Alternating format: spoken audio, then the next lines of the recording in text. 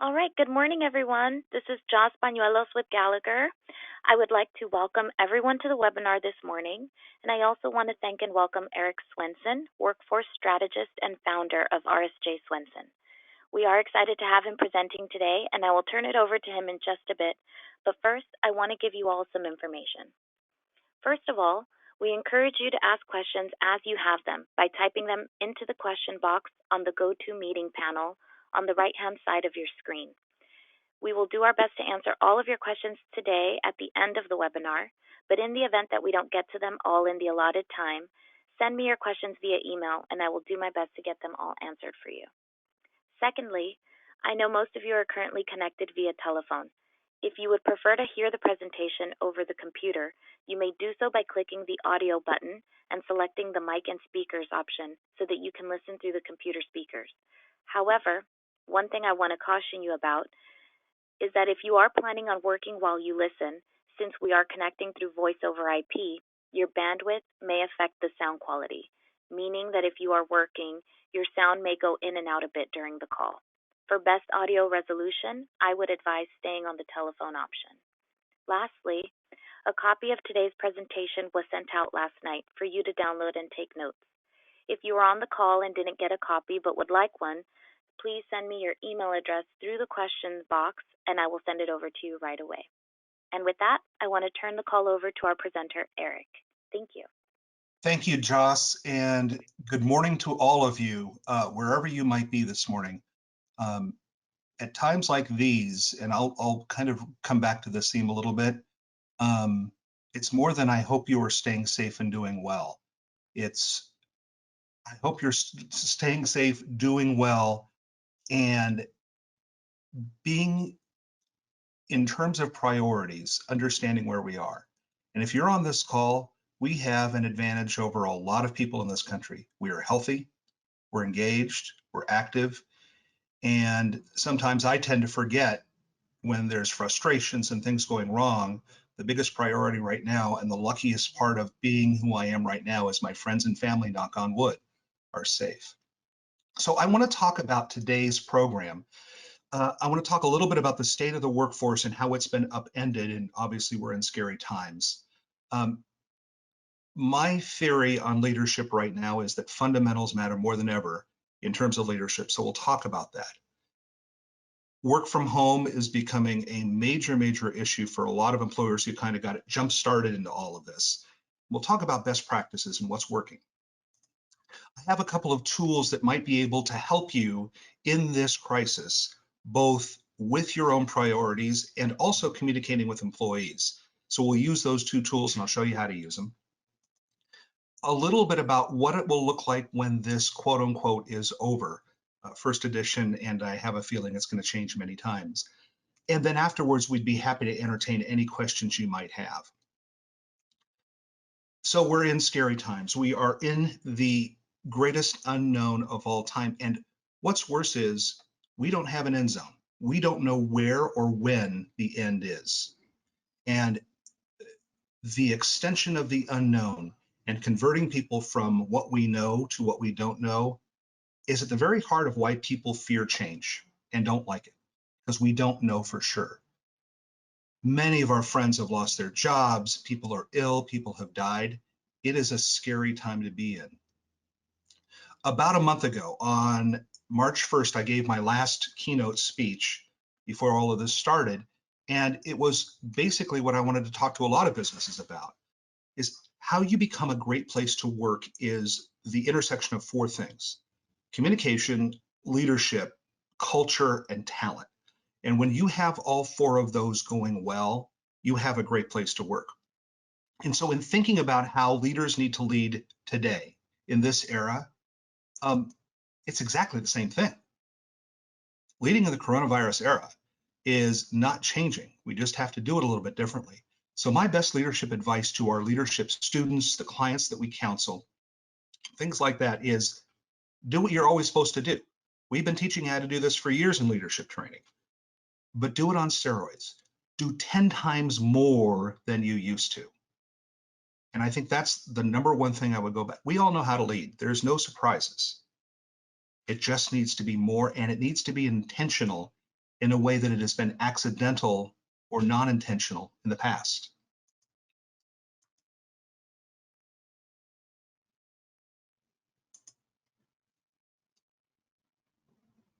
This morning, as I was preparing for this webinar, I came across this quote by the chair of the Federal Reserve Board. And in leadership, this is exactly the truth. Our role is not saying, oh, woe is me. Our job is to meet the tests we are presented with. And for human resources and for leadership, we are in the Super Bowl right now. This is the game. We didn't have a chance to prepare for it. We didn't see it coming for most of us. And when it did, it came like a shotgun. But now our job is to meet these tests, to show leadership, to guide through this. In 2003, I wrote a book on managing people.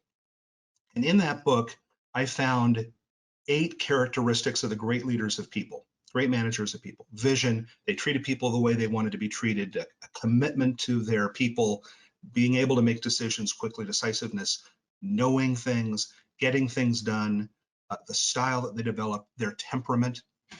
But in studying managers back in 2003, all of those things were important, but I realized the single most important element to the success of leadership is the ability to communicate. So you can be the smartest person in the world. You can be the hardest worker ever. You can you can suck up more and get promoted. In the public sector, to get promoted into leadership, you have to pass a written exam. But none of those characteristics translates into the ability to effectively lead people. And being able to communicate is the single most important factor. And that means one-on-one communication. It means, especially in an age of Slack, texting, writing, being able to lead a group of people, being able to be effective. And we'll talk about communication throughout this. Another mantra that I think you need to know is, everybody's told us correctly to be socially distant, but leaders can't be socially distant. Instead, your mantra needs to be, I'll be physically distant, but emotionally close. And this turns another HR myth on its side. For years, HR people would say, don't get too personal with people, don't ask personal questions. In this time, I think that is nonsense. When I talk to my people, when I Zoom with my people, I'm asking, how are you? How is your family? What's going on? Tell me what your routine is every day. What can we do? Because we need to be emotionally close. Because for most of us who are fortunate enough to be working, and most of us are working from home, we don't have a lot of people to be emotionally close to, which is why you're seeing this huge influx in these virtual happy hours, dinners, knitting bees, friends, and things like that. And when all of this started, my wife and I saw this and we thought, that's just nonsense. But as our friends came and reached out to us to have the virtual happy hour dinner, it's been great. It's been wonderful to be able to connect. And a role of a leader today is to connect, is to make sure. Now, I don't just mean your employees are still working, whether they're working on site in an essential business, whether they're working off site at their homes. Perhaps these are people who have been furloughed or have their hours reduced, or perhaps they've been laid off, but we hope to bring them back. Every single one of those is somebody you should be connecting with as often as possible. So the first component of those intersections is leadership. And leadership for sure has always been creating trust and transparency, having a presence and relationship. Now, in this time, we've gone from the known to the unknown. And by that, I mean this. I mentioned earlier that I did a keynote speech in Scottsdale, Arizona for a bunch of CEOs on March 1st. It was a Sunday. And in that keynote, I said, here's what's going on in the world. And I want to bring that up in contention to what we do and know today. So on March 1st, there were 7.5 million more jobs than there were people for them in the United States. And as we found out yesterday, there are now 22.2 million people who filed for unemployment insurance since then. That is the working population of 23 states in the union. The unemployment rate for college graduates on March 1st was slightly under 2%. The estimated unemployment rate now is 6.2 times. It's trebled. We knew that employees were overwhelmed back then, and employees are overwhelmed, but now in a different way. They don't know what's going on. They don't know, like us, what's going to happen. And they're looking to you as leaders to be able to reassure them, to let them know what you know, and give them as much information as you know. So employees continue to be overwhelmed. It's just in a different way they're overwhelmed. And on top of all of those things, in addition to the uncertainty about their business, about their job, about their professional future, they're worrying about their family and their friends and how am I going to make my payments and things like this.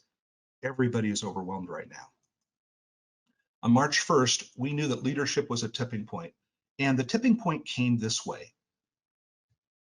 There has to be a transition among older leaders, people who've done it for a long time, from the concept of command and control to coaching and mentoring.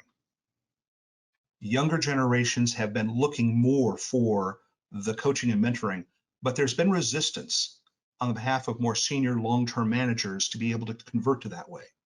Well, today leadership is at that point, but there's no choice. People have to be socially close, emotionally close to their employees. There is no more do as I say because I told you to. It has to be we're all in this together. On March 1st, we said that employee loyalty is transient, that the average employee stayed in a job for between 18 and 24 months.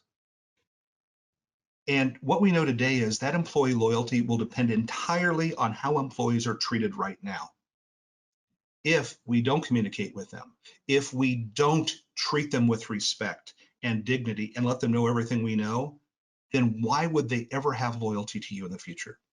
If the first drop of a hat, you say we have to lay everybody off, and then you expect loyalty from anybody, then you're missing out. How you treat employees right now is more important than ever before. And if you have to make the painful decision to do a furlough or a layoff, give them dignity. Treat departing employees better than you ever have, because everybody else will watch how you're doing that, knowing it could happen to them someday. On March 1st, I said one of the biggest things to do is for a company is to know your values and compete on culture. That has not changed. You have to know what your values are and compete on culture, because your culture is going to define you now and coming out of this mess.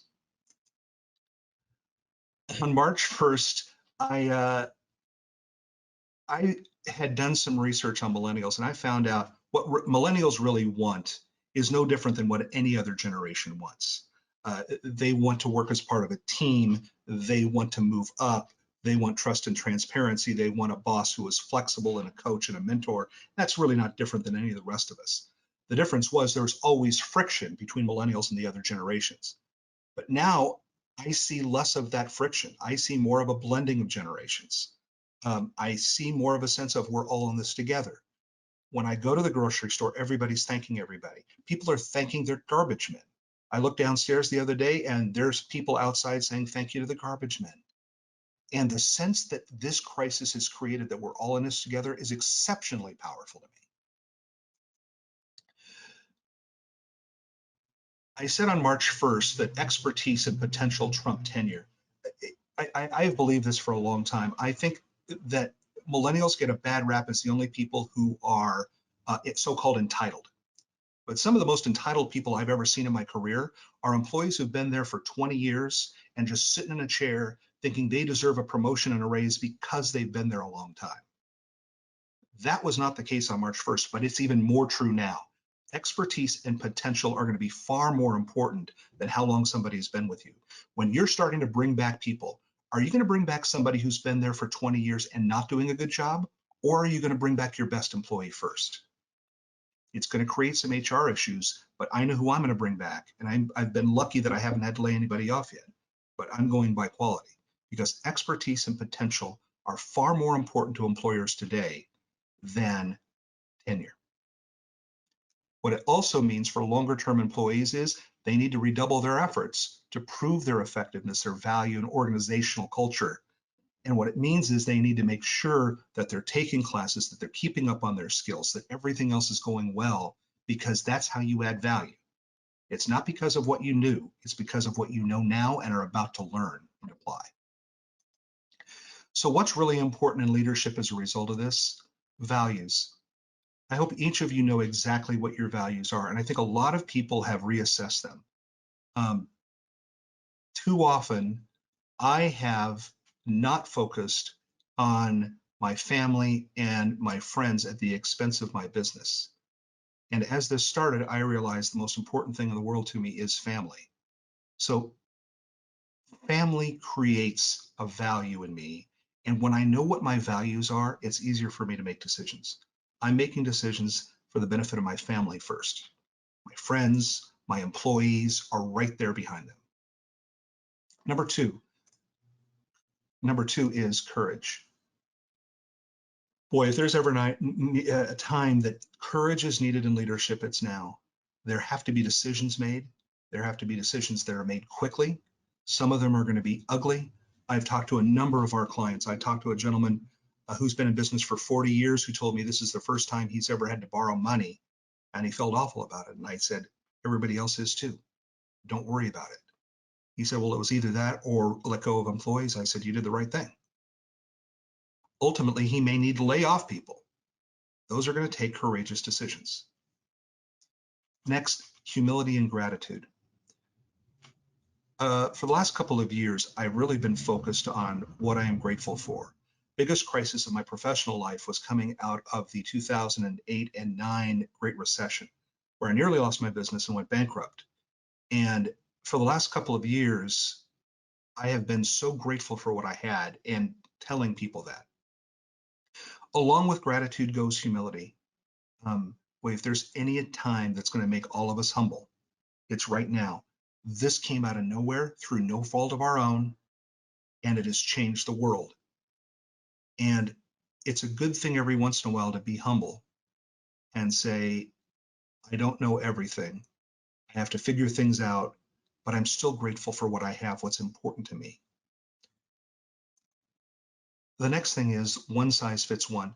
Too often, we as leaders tend to focus on a one size fits all method of leading or managing, or we use the same performance review for every single strata of employee. We talk the same and ask the same questions of every single employee. And the difference is it doesn't work for everybody. What works for one person does not work for another. What motivates one person does not motivate another person. And one size fits one theory means this: know who you're talking to, know what's important to them. One of my most resilient employees I talked to about a week and a half ago, and we did a one-on-one going over our clients and what was going on. And I'd asked her what was going on, and she was fine and everything was going well. And I almost didn't ask her the same question a week and a half later. This is yesterday. And she said, I'm really upset. A dear friend of ours died of COVID. My aunt died last weekend of COVID. I'm scared to death. So we had a long conversation about that.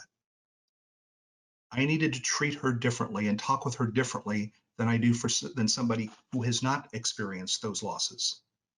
Know who you're talking to and be able to adapt to the style that they need. Some people don't need hand-holding. Some people really do.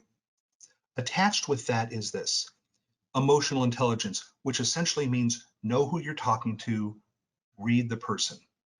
The worst leaders, in my judgment, are those who are oblivious to how individuals act and respond. Emotional intelligence. And then finally, your role in leadership is, as much as you can, to create certainty amid uncertainty. Everybody is spinning right now, and really good leaders are keeping people focused on the ball rather than spinning out all over the place. Yesterday, I was spinning out all over the place. Too many things were going on, and I got really frustrated. And my wife came out and said, you need to meditate. And it really helped me focus on what's happening. Really good leaders, you need to keep them focused on the ball. What's most important? Because everybody's spinning. We don't know what is certain or uncertain, but to the extent we can make it so, we need to make it so. Leadership strategy right now, I would change a couple of things. A lot of us focus on our own weaknesses and those around us. And I would say this is a time not to fixate on weaknesses, but capitalize on strength. What are you doing well? Make sure to do lots of that. What are your people who work for you doing well? Make sure they're focused on those things. You shouldn't focus on weaknesses because they're going to be spinning, trying to improve themselves. A wise man by the name of Dan Sullivan says, if you focus only on improving your weaknesses, all you're going to have is a lot of strong weaknesses. So make sure to play to your strengths and make sure your people who work for you are playing to their strengths. A job isn't a job anymore. We have seen this evolve over the last few years with the advent of technology and the fact that virtually any knowledge employee now is no longer untethered ever. They go on vacation, they're looking at email. We have text, we have Slack, we have all these different communication tools. We realized a while ago that a job really isn't a 9 to 5 anymore for any of us. But now you talk about job, if you're working from home, there is very little blending of a difference between a job and your home life. Know that of your people too. They're going through the same thing, whether they're on furlough, whether they're being laid off. People who are stuck at home have a hard time blending the separation between work, concern, home, family.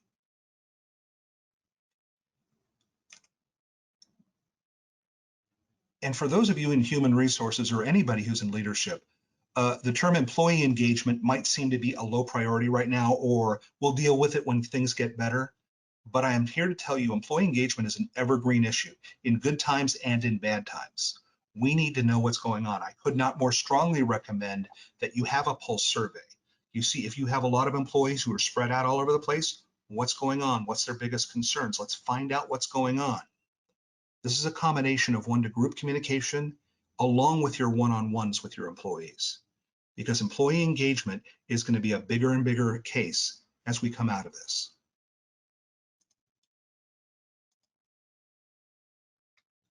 One of my lines on the role of leadership was, my job is most meaningful when I make other people's jobs more meaningful. I've amended that now to say, make their lives more meaningful. They're at home wondering what's going on. Their lives and jobs are blended. Make sure you help them have meaning more now than ever. And then some tips on how to behave in a crisis. This is elevated leadership. The first thing is deliberate calm. For sure, people are watching you. You're always on stage. Are you acting like a maniac? Are you scared to death? Are you subject to fits and starts or moods and tempers? That's not what people are looking for in their leaders.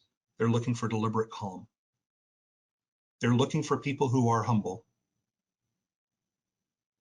And then bounded optimism. And I would define this as confidence and realism. I now have more confidence in what's going on today than I did before.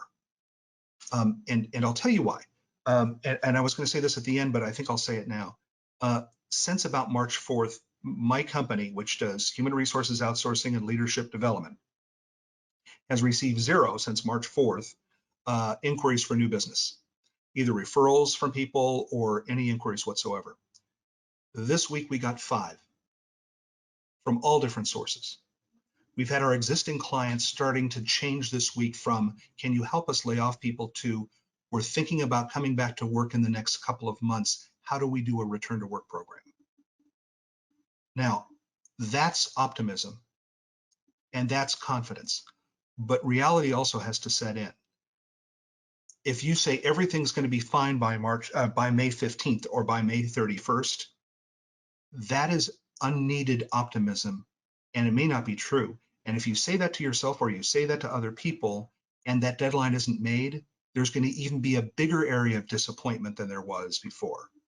So I don't know when all of this changes, but I do know it's going to change, and I believe it's going to be sooner rather than later. Another area of elevated leadership is that when it comes down to it, character is the essential competence in leaders and employees. I've said this for years, I mean it now. Hire for character, train for skills. What I look for in great leaders, what I look for in great employees is the quality of their character. Because if they have good character, I'll make them a better leader. I can train them into skills, but if they don't have that good character, there's no amount of training I can make to make them better. And then finally, as I said earlier, teach and model gratitude and appreciation. One of the easiest ways of doing this is to say thank you for what you're doing. Whether an employee is out of work or not, whether they're working from home, whether their hours have been cut, thank you. I appreciate what you've done. I appreciate what you're doing. It takes such little time to say thank you, yet we spend very little time intentionally appreciating the people around us. Next area is communication. I've always said that the characteristics that are needed within communication are clarity, candor, courage, and I think that's true now that more than ever. Recently, I updated my original 2014 book, and in rereading that book from 16 years ago, as I told you earlier, there's nothing more important to leadership than communication, not one thing. And so, as my luck would have it, the book got published a couple of weeks ago. And I haven't been able to broadcast it. I haven't been able to announce it or do a tour or anything else like that. So just want to let you know it's now available at Amazon, Barnes & Noble, Apple Books, and where any good booksellers online are. Thank you. All right. Here's some rules for communicating in the coronavirus era. Again, I can't tell you enough.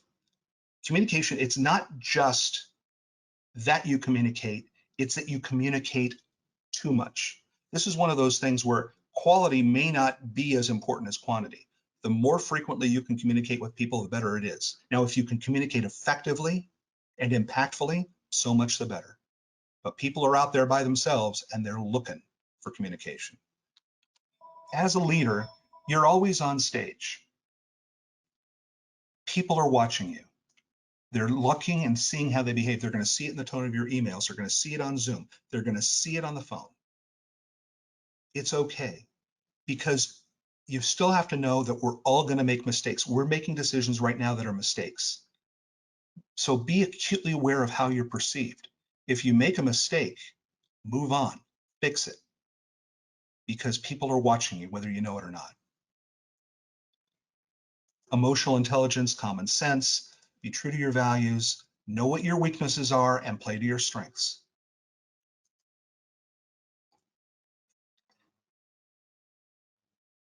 Transparency has become more and more of a buzzword in leadership circles. And a lot of businesses have been slow to do it. I speak to bankers a lot, and they are appalled when they see these social media companies, these digital technology companies, such as Buffer.com. If you Google Buffer salary transparency, you will see the salaries of every single employee from the president on down. And people hate that. Well, that's a form of transparency. But the more people know, the more they can help you. Hiding bad news is virtually an automatic reflex in most organizations. But really thoughtful leaders recognize that speaking up early and truthfully is a really critical strategy in a fast-moving crisis. Trust and reputation have to be seen as a long-term gain.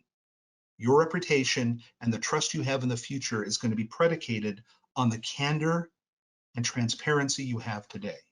So tell your people everything you know. Tell them what you don't know. If you don't know if something's going to happen, say, I don't know. That is preferable than the absence of any communication whatsoever. And my third rule is tell them when you're going to get back to them about number two and what you don't know. So don't hide bad news in times of crisis. Now is time to be more transparent, not less. You have to show them you care. Ask them. Anytime you ask how they are, it tells them that you care. When you ask during these times, you tell them that you care. It shows their experiences and what's going on are a priority with you, even as you've got complicated decisions to make, and your organization does. But by asking them that, you signal their concerns are a priority when it's easy for them to feel forgotten or unseen. Build community. These times create, as you know, high pressure and isolation. It's particularly true for groups, and the active listening tells people they're not alone. create a psychological safety. This is hard to come by these days. Job futures, finances, child care, family care. It's burning out everybody in every single industry. If you ask people about their experience, it's not going to solve it all, but listening is always the first key step to do that. Give them hope. Ask your team to give you input, provide ideas during this crisis. It shifts their mindsets from what am I supposed to do to I have a sense of urgency that things are going to turn around because I'm participating in a solution. Increase attention. How can employees help you more down the road? What can they learn? A lot of teams grow closer while even apart. Encourage people to talk to each other on your teams.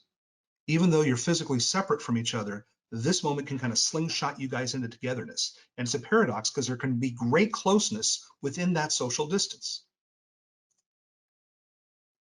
Listening. This happens in most business conversation and virtually every job interview I've ever witnessed. People are just waiting to speak as opposed to listening. It's my biggest weakness. Make sure you're listening. We do a lot of employee surveys, and I've never once in the last 20 years seen an employee survey. They say less communication, less communication. The more, the better. Uncertainty kills trust. When we're in doubt, we assume the worst. This is one of Brene Brown's lines, and I would urge you to watch her TED Talks. She's absolutely brilliant. But think about it this way. If I am your boss and I say, I need to see you in my office before you leave, what's your thought? Do you think you're finally getting the promotion or bonus? No. If I say I need to see you in my office before you leave, we assume the worst. HR invented that move. We're hardwired to keep us safe, and when we're in doubt, we assume the worst to protect ourselves. When you're clear on your communication, you reduce uncertainty and you create clarity. And the most common cause of uncertainty is change, because it moves us from what we know to what we don't know. So I developed a tool called the unknown to known transfer. And this is for you as an individual leader, an HR person. And the idea behind this is to help move you individually from the unknown to the known. So if you'll beg with me, here's the tool. And this is available online at our website. There is no cost to it. It is in a fillable PDF format. You'll get it at the end, but I'll give you quickly, the website is tanzaniteleadership.com/downloads. And again, you'll see the website address at the end of this. So let me bring this over a little bit. So if you'll forgive me, this is my transfer her.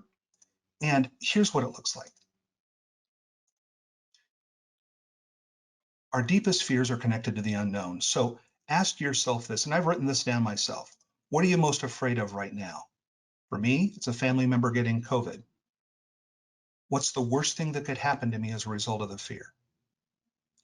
And then what control do I have over the situation? I find that when I realize that I have less control over a situation, I stress out less. So if you don't have control, what can you do? And the second part of this tool is think to yourself when you are most scared of an unknown. Again, for me, it was 2008 and 2009, the Great Recession. I nearly went bankrupt. I nearly lost my business, which at the time was only 6 years old. And then how did you change the result? Well, the first thing I did was I didn't want to be a transactional human resources or leadership organization. I wanted to have a relationship, and I wanted to be more relationship driven in our business and less transactional, because people will stay with you when they have a relationship with you. So I would encourage you to go through and talk to 3 or 4 ideas of when you were most scared in your life and how you changed, because we're all going to change as a result of this, and it has been scary. Okay, and then 3 ways how you transfer these past lessons to move out of today's unknown to tomorrow's known. So there's the website, tanzaniteleadership.com. You just click /downloads and you can download this. And the next one we have as well, let me bring that over, which I call I couldn't think of a good name for it, you guys, I apologize. I just wrote this together, put this together a couple of weeks ago, called the Pandemic Crisis Remote Employee Communicator. And I'll figure out a better name for this sooner or later. But I have told you, no doubt you have read, heard, and seen advice that say over communicate to your employees. So it's one thing for me to say over communicate with them, but how do you do it when it comes time to talk to them? So I designed this tool, which is a little bit more involved, to guide you through a one-on-one conversation with either somebody who's working remotely or somebody who's been furloughed or somebody like that. So just to go through this with you, prepare for the call. You can do the unknown to unknown transfer. Are there any company updates? Emotional intelligence. And you should also review the projects and assignments that the employee has worked on. Then when you talk to them, the first thing you do is give them an update on what's going on with the company and their status. That is the number one concern every single employee has. So don't save that for last. Be as candid as you can be. And then questions like, how have you and your family been doing? What's your daily routine? What's frustrating to you right now? Everybody has a frustration right now. But then follow that up with, what has been your most pleasant surprise? My wife is very proud of the fact that she has not killed me in the last 5 weeks. I'm also fairly happy about that. What are you most afraid of right now? And then following up with, what are you most grateful for now? Because when people start getting asked that question, they reassess their lives and they say, I am grateful for certain things. On the second page, I'm a big believer in setting expectations and commitments on both sides. So what are you doing to commit yourself to your employees? Well, to me, and that's why I put these in here, transparency, honesty, candidness. I'll be available for you. I will do everything I can to help your concerns and frustrations. We'll meet as often as possible. And then there's room to add your own commitments. But then ask them and expect them to have a commitment too. And that would be, make a list of goals you want to achieve during this time. I find when people have specific goals, they're more focused. Reach out to your team members. Be proactive. If people have suggestions, now is not the time to sit on it. Now is the time to do something about it. And have them focus on gratitude. Finally, there's kind of a mini unknown to known transfer for them that talks about the things we just talked about in the previous tool, and then those types of things. But then I add a couple of things. So who are 3 people you can rely on to help me through this time? Is it a family member, a friend, a boss, a coworker? And all of us also need people to rely on us during those times. It's a really good idea to refresh your memory on this. Identify one thing you're grateful for, a positive focus. And the positive focus of, in the past 90 days, you guys, 90 days was January. The Super Bowl hadn't been played yet. Go back through calendars and remember what you have accomplished that you're proud of. Focus on those areas. So those are the 2 tools. Again, tanzaniteleadership.com/downloads. And I'll have the address for you at the end as well. All right. Some obstacles to working from home. Now that we're talking about work from home, management mistrust. A lot of businesses, a lot of managers still don't trust people to work from home. You got to juggle family obligations as well as work at the same time. Boy, I have a lot of partners and I have a lot of employees who are in this boat. For telework to work, it's not when they do it, where they do it, how they do it, but that they do it. That is generally a paradigm shift. 3/4 of managers say they trust their employees, but 1/3 say, I just like to be able to see them just to make sure they're working.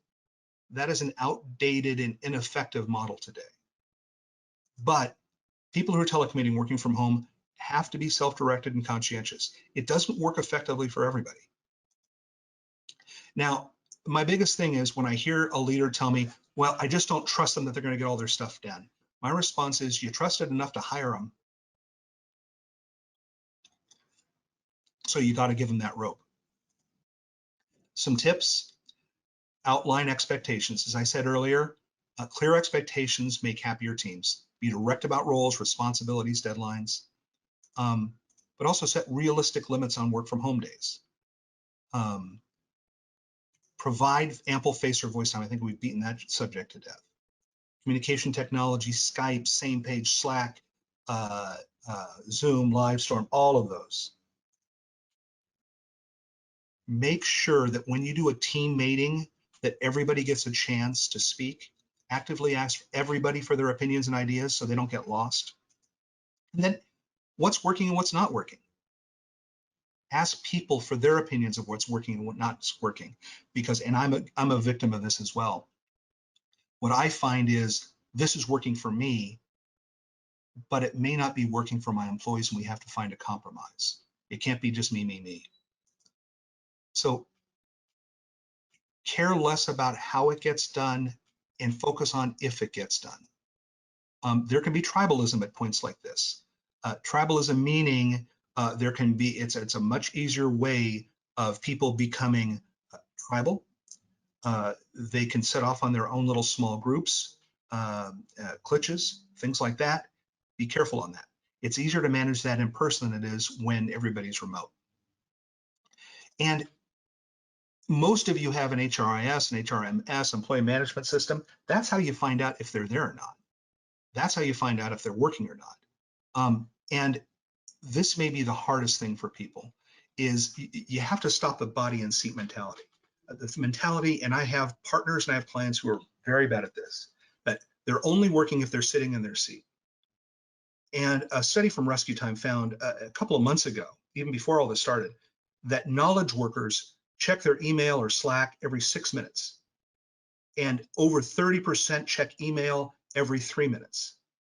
And as a result, almost half of people who are knowledge workers, they never get more than 30 minutes straight of focus time. And this email interruption, this lack of straight focus time, that helps explain why knowledge workers have such little time to get stuff done. And by contrast, if you talk to freelancers who've been doing it for years, they know the fallacy of this body and seat mentality.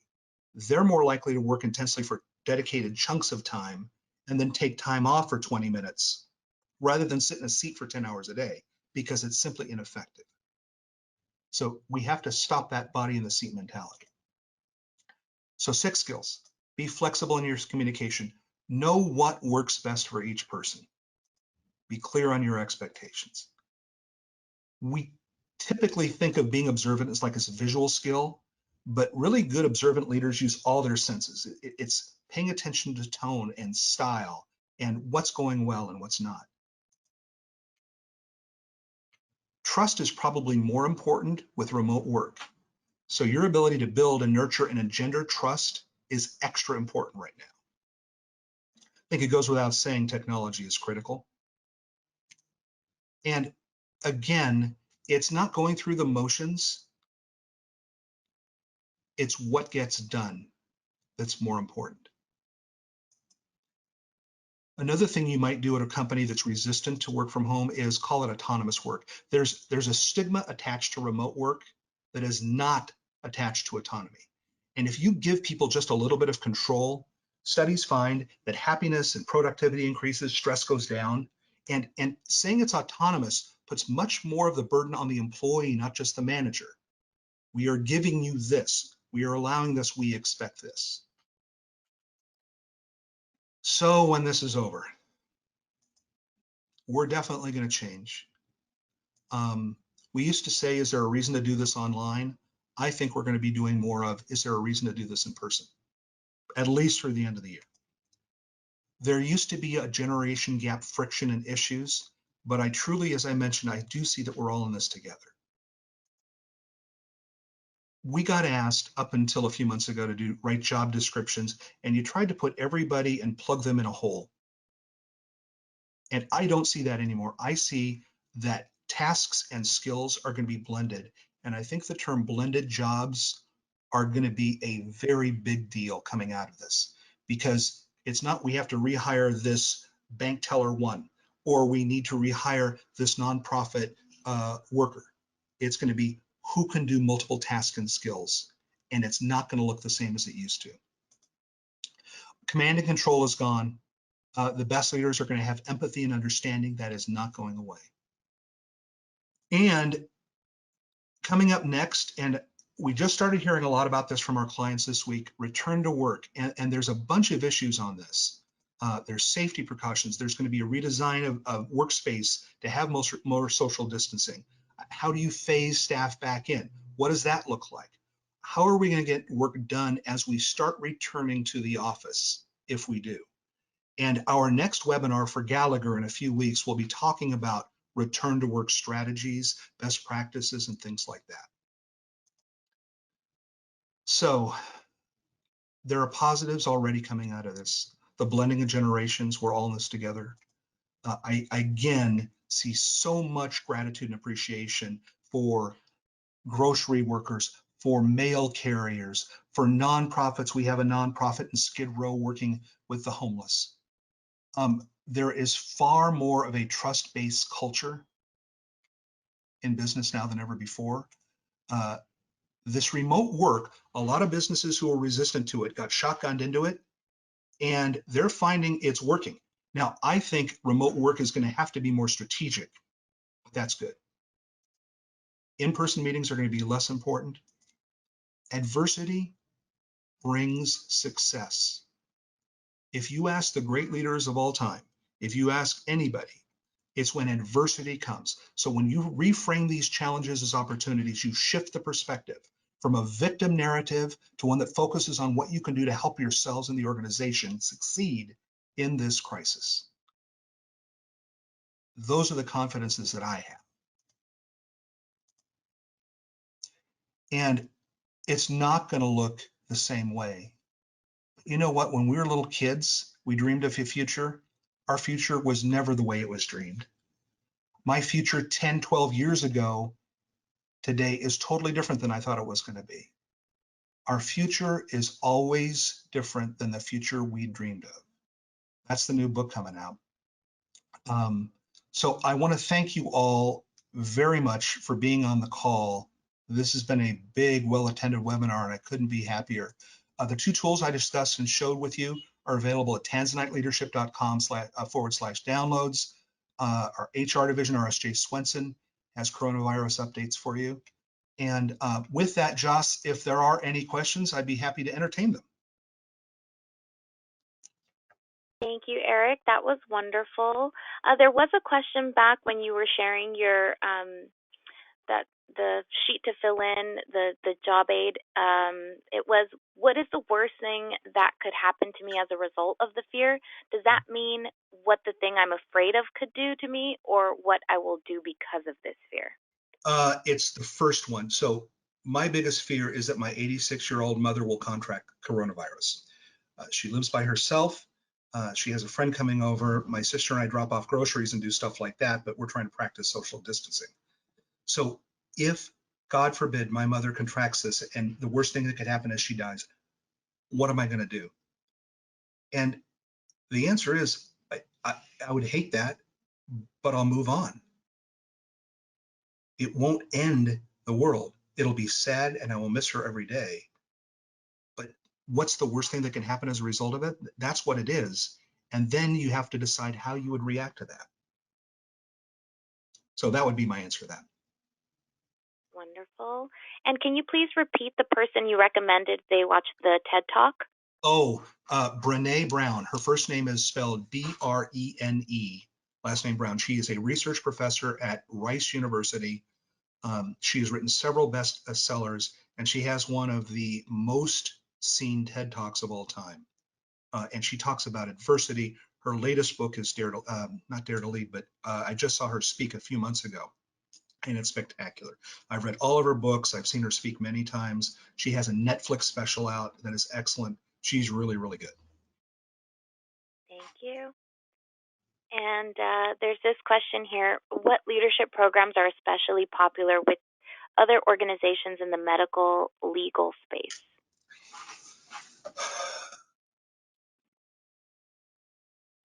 What I'm seeing is the leadership programs that are really good are ones right now that are adapting very quickly to virtual learning and specializing in what's going on right now. Like, for example, I could do a whole thing right now for 2 hours on performance management. It's completely irrelevant right now. What's more important is crisis leadership, values, expectations, things like that. So the best leadership, and by the way, also the best leadership programs are industry agnostic. They're teaching the fundamentals of leadership, and then you have a one-on-one that will talk specifically about issues. But those two, there's a lot of leadership programs right now, and so of course I'm talking about my competitors, so sorry about that. I personally could not sit through a Zoom for one day, and there's a lot of it. We'll have one-day sessions for 6 months. I can barely sit still for an hour.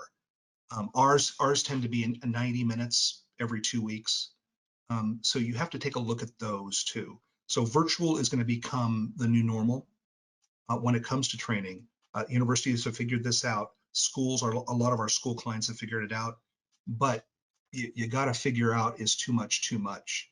For me, I think the time to do a webinar or something like this, a leadership program, has to be 90 minutes, maybe 2 hours maximum. Wonderful. Let's see. Here's the next one. I work for DMH, contracted agency. It's what gets done that's more important, but how can we not lose sight of productivity? It depends on how you define productivity. So are you defining it as billable hours? That is an easy measure to do that. Are you measuring it as projects completed? Because for me, with my internal staff, especially my operations and admin team, I have deadlines that we've agreed to, and either those deadlines get met and I'm happy, or they don't. And then I'm unhappy. So you're measuring productivity in terms of A, time, in terms of B, projects, or in terms of overall effectiveness. And this requires a remote leader to circle back and talk to end users. So if you have people, if you're, for example, in the nonprofit, and you have people who are virtually working with your end users, whether they be homeless or learning challenged or something like that, circle back with the end users. How is it going? Are you getting effective communication? Are people responding to you quickly? It's more work, but it's part of what's necessary.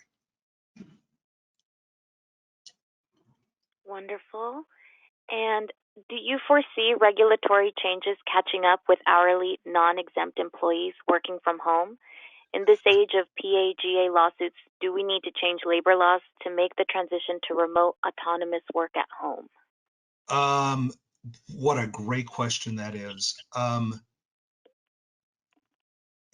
tell you, I'm not a lawyer.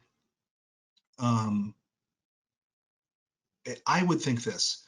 Right now, the PAGA situation, which is a Private Attorney General Act. So if you're a California employee, if you're listening and you're working in California, pretty much anybody can bring a class action lawsuit against an employee for doing something wrong. I would find it very hard to believe that there's going to be a lot of successful lawsuits if an employer did everything they could to create work for somebody work from home. So right now, I find it really hard to believe. But going forward, yeah, I think there's going to need to be some guidance from the government. I think there's going to need to be some clarity. If we're going to allow work from home, and this appears to be the way of doing things, we're going to have to find a way of taking our non-exempts and trusting them and doing enough. Whether that is an agreement before they work from home, or it is a you log in when you start working, you log in for breaks or things like that. But there does need to be a change. The non-exempt started in about 1935 and really hasn't been significantly updated. If there's ever a time to update, it's now. Okay, that's wonderful. Thank you so much, Eric. What I will do is any questions that haven't been answered, I will go ahead and email you. I'll try to get the responses and email you back. Also, Eric, you mentioned something about posting them on your website, right? If there's additional questions, as I lose my voice now of all times, excuse me. Sorry, there are several questions. If there's questions, if you could submit them to Joss, she'll send them to me. And then on that website, tanzaniteleadership.com/downloads, we'll have written responses to all of those questions. Okay, wonderful. Thank you so much, everyone who joined. And thank you, Eric. It was a wonderful presentation. We've got lots of positive feedback in the chat there. So you should be very proud of yourself. Thank you all very much. Have a great day. Bye-bye.